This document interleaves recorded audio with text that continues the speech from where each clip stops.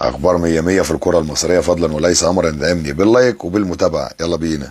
مارسيل كولر عامل ثورة غضب في ملعب التتش بسبب اللي حصل في مباراة فاركو وحسم الفوز في الدقيقة 96. ولولا الفوز جه اللعيبة كانت هتخش في يأس وعدم ثقة، وكان اللي هيحصل الموسم اللي فات كان هيحصل الموسم ده تاني. والغريب ان الكور اللي اللعيبه بتضيعها او الاهداف اللي اللعيبه بتضيعها اهداف مؤكده وعلى خط المرمى وانفرادات واللعيبه بتضيعها. وفي ناس كتيره بدات تزوم على الشناوي يا صديقي ويقول لك الاهداف اللي بتدخل في الشناوي اهداف مش طبيعيه. هو الشناوي مستواه متذبذب شويه الايام دي، بس الشناوي يبقى حارس كبير وليه رصيد عند جماهير الاهلي. خلاص يا صديقي، قفشه اتقفل في وشه الباب ان هو ولا في باطن ولا في غير باطن ولا هيرحل اصلا في يناير.